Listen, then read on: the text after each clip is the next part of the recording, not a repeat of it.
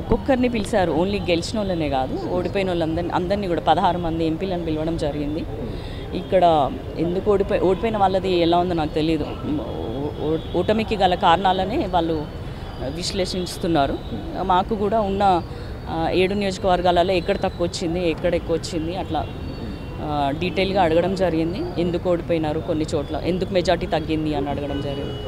తర్వాత మన సజెషన్స్ ఏంటి కాంగ్రెస్ పార్టీ కోసం, మీరేం చెప్తారు అని అడిగితే నేను చెప్పాను, బీఆర్ఎస్ ఓట్ షిఫ్టింగ్ జరిగింది కాబట్టి బీజేపీకి అంత వచ్చింది, లేకపోతే బీజేపీకి ఏమంటారు అంతర్లీనంగా అంత స్ట్రెంత్ ఏం లేదు, జస్ట్ ఓట్ షిఫ్టింగ్ వల్లనే ఆ 8 సీట్లు వాళ్ళు గెలుచుకున్నారు. కొన్ని చోట్ల తక్కువ మార్జిన్లతోటి బీజేపీ అభ్యర్థులు గెలిచిందన్న విషయం మనందరూ తెలుసు కదా, అదే చెప్పాను. రాష్ట్ర వ్యాప్తంగా పార్లమెంట్ ఎన్నికల మాత్రం మీ యొక్క ఎంపీ స్థానంపైనే ప్రధానంగా ట్రోలింగ్ జరిగింది, ఆరోపణలు జరిగాయి. అసలు ఎట్టి పరిస్థితుల్లో కడియం కావ్య గెలవదు, కడియం శ్రీయాన్ని ఓడిస్తామంటూ బీఆర్ఎస్ ప్రచారం చేసింది. ఇక బీజేపీ అభ్యర్థి లాంఛనమే గెలుపడం జరిగింది. ఏం మ్యాజిక్ జరిగింది, ఎట్లా గెలవగలిగారు?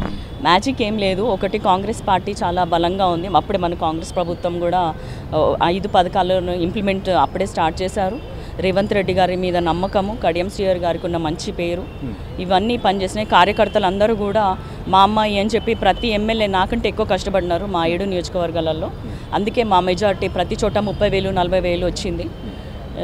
అది ఏంటంటే పైన ఏదో కావ్యని ఓడిద్దాము అన్న ఆలోచన ఉన్నా కూడా ప్రజలు గొప్పవాళ్ళు, వాళ్ళు నిర్ణయించుకున్నారు కడియం కావ్యాన్ని పార్లమెంట్ పంపించాలని, అదే జరిగింది. మందకృష్ణ మాదిగ లాంటి వాళ్ళు కూడా మాదిగలకు టికెట్ ఇవ్వలేదు, ఎట్టి పరిస్థితుల్లో మిమ్మల్ని ఓడించాలని కంకణం కట్టుకొని మరీ ప్రచారం చేశారు. ఆ సందర్భంలో ఎట్లా జయించారు? మందకృష్ణ మాదిగ గారు ఈ కాంగ్రెస్ ప్రభుత్వమే కాదు, అంతకుముందు బీఆర్ఎస్ ప్రభుత్వం మీద అగెన్స్ట్, అంటే ఆయన ఎవరు అధికారంలో ఉంటే వాళ్ళకి అగెన్స్ట్గానే ఉంటాడు. ఆయనకి ఎంతసేపు స్వలాభం తప్ప కమ్యూనిటీ పరంగా ఏదో ఒక మంచి పని చేయాలన్న ఆలోచన ఆయనకి ఎప్పుడూ లేదు. ఆయన సొంతంగా నిల్చున్నప్పుడు కూడా ఆయన గెలవలేని పరిస్థితి, ఆయన మాటలు ఎవరు వినలేదు. ఆయన అక్కడ మకాం వేసుకొని కూర్చున్నాడు. నా ఎలక్షన్స్ అప్పుడు ప్రతిరోజు ప్రెస్ స్టేట్మెంట్ రిలీజ్ చేస్తూ, బట్ ఎవరైతే ఎస్సీ అందరూ కూడా నా వైపే ఉండి నాకు ఓటేయడం జరిగింది.